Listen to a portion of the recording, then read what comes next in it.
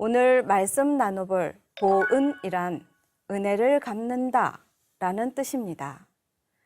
먼저 보은에 대한 상제님 말씀 도전 2편 28장을 먼저 살펴보겠습니다. 우리 공부는 물 한 그릇이라도 연고 없이 남의 힘을 빌리지 못하는 공부니 비록 부자 형제간이라도 헛된 의뢰를 하지 말라. 밥을 한 그릇만 먹어도 잊지 말고 반 그릇만 먹어도 잊지 말라. 일반 지덕을 필보하라는 말이 있으나 나는 반반 지은도 필보하라 하노라. 배은망덕 만사신이니라. 보은이란 받은 은혜에 보답하는 것을 뜻합니다. 반반 지은도 필보하라. 상제님께서는 반그릇 밥의 은혜도 반드시 갚으라고 말씀해 주셨는데요. 우리가 일상생활에서 받은 은혜에 반드시 보답하라는 말씀을 해주신 것입니다. 특히 배은망덕 만사신이라.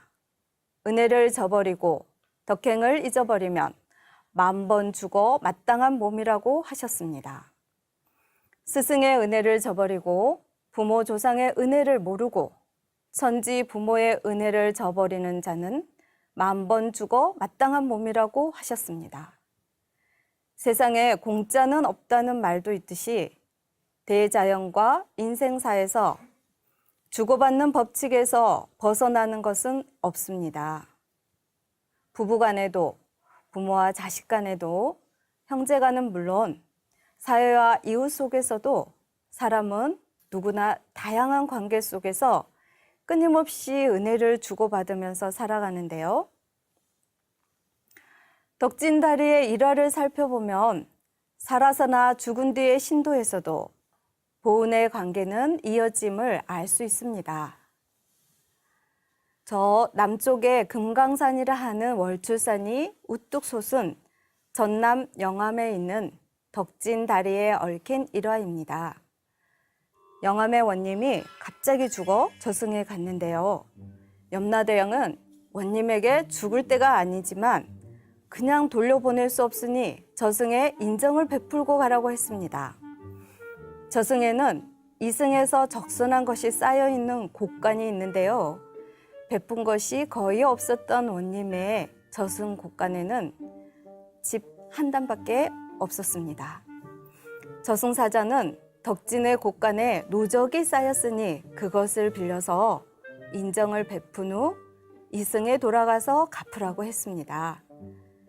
저승사자가 시키는 대로 하여 이승에 돌아올 수 있었던 원님은 덕진강 근처 주막집 중노미로 일하는 덕진을 찾아갔습니다. 덕진은 배고픈 이들에게 밥을 덜어주어 그 덕이 천상에 쌓여 있었던 것입니다. 원님이 자초지정을 이야기하고 쌀 300석을 갚으려고 하자 덕진은 자신은 모르는 일이니 안 받겠다고 끝내 사양하였습니다. 그래서 원님은 쌀을 갚는 대신 비가 오면 강을 건널 수 없었던 마을 백성들을 위해 덕진강에 다리를 놓고 덕진의 이름을 따서 덕진다리라고 했던 것입니다. 이 일화에서 보듯 사람이 살아가면서 베푼 것은 사라지는 것이 아니며 인간 상호 간의 관계에서뿐만 아니라 인간과 신명, 신명과 신명들 사이에서도 은덕 입은 것을 서로 갚고 보은의 삶을 사는 것이 모든 생명이 상생의 길로 나아갈 수 있는 것입니다.